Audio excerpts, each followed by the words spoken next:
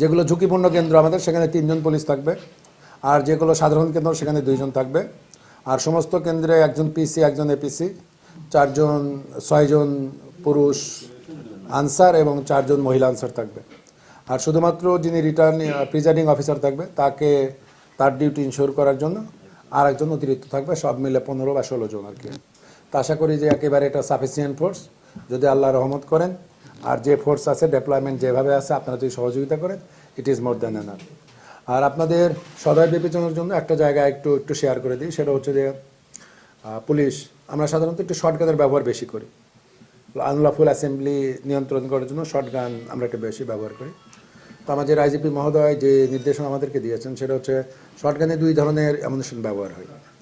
এক হলো rubber bullet, 2 হলো লেড বল।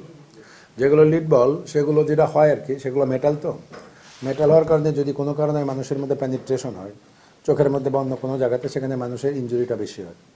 তা কোনো মানুষকে ইনজুরি করা আমাদের লক্ষ্য না, এটা উদ্দেশ্যও না। কখনো কখনো ডিসপাস করার জন্য আমরা হয়তো এটা করি।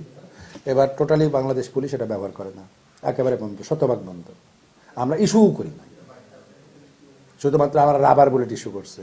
আপনারা দোয়া করবেন রাবার বুলেটটাও যেন আমাদের ব্যবহার করে না লাগে, শুধুমাত্র ঝুঁকিটুকু মিনিমাইজ করার জন্য, যেন একটা মানুষ যেন আহত না হোক, অসুস্থ না হোক, এটাই আমাদের কাম্য। তারপরে যদি কোনো কারণে যদি ব্যালট বক্স অথবা আমার সেন্টারে আক্রমণ হয়, অথবা যারা ভোট দিতে আসবেন সম্মানিত ভোটে তাদের প্রতি আক্রমণ হয়, তাহলে সিআরপিসি এবং পিআরবির যে সমস্ত বিধিবিধান রয়েছে সেগুলো যথাযথভাবে বাস্তবায়নপূর্বক সেটা অ্যাপ্লাই করা হবে। আর এই মুহূর্তে নির্বাচন একেবারে হায়েস্ট প্রায়োরিটি, হায়েস্ট। আমরা চাই নির্বাচনটা সুন্দর হবে এবং এখন পর্যন্ত আমাদের বিলি ইনশাল্লাহ নির্বাচনটা কোনো সেন্টারই ঝুঁকির বাইরে না। মনে করেন যে ভাইয়ের বাসার কাছে সেন্টার, ওই সেন্টারে যদি গন্ডগোল হয় তাহলে ওইটা ওই মুহূর্তে থেকে ঝুঁকিপূর্ণ। আর খারাপ লোক এবং ভালো লোকের মাঝে ডিস্টেন্সটা হচ্ছে, আর বোমাবাজ এবং ভালো লোকের মাঝে ডিস্টেন্সটা হচ্ছে মাইক্রো সেকেন্ডের। যখন আপনি আমার হাতে বোমা পাবেন তখন আমি বোমাবাজ। আমি শুধুমাত্র যদি ড্রপ করে পায়ের কাছে রাখি তখন আমি সম্মানিত নাগরিক। তা আমাদের যে ঝুঁকিপূর্ণ, সমস্ত সেন্টারই ঝুঁকিপূর্ণ, সমস্ত সেন্টারই সাধারণ। আর ঝুঁকি বলতে যেটা বোঝা যায় সেটা হচ্ছে আপনার যে দূরবর্তী জায়গা, সাধারণত কমিউনিকেশন খারাপ, দূরবর্তী জায়গা, নেটওয়ার্ক দুর্বল, তারপরে আমাদের ফোর্সের অগমেন্টেশন করতে সময় লাগে, রোড নেটওয়ার্ক খারাপ, এইগুলোকে আমরা ওইভাবে চিন্তা করি।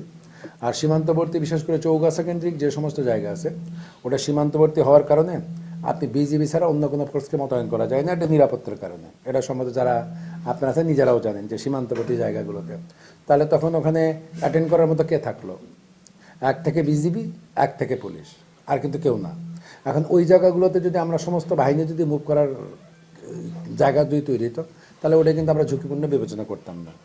এখন হচ্ছে যে ওই যদি নির্বাচন সুন্দরভাবে হয় তাহলে কোনো ঝুঁকিই ছিল না।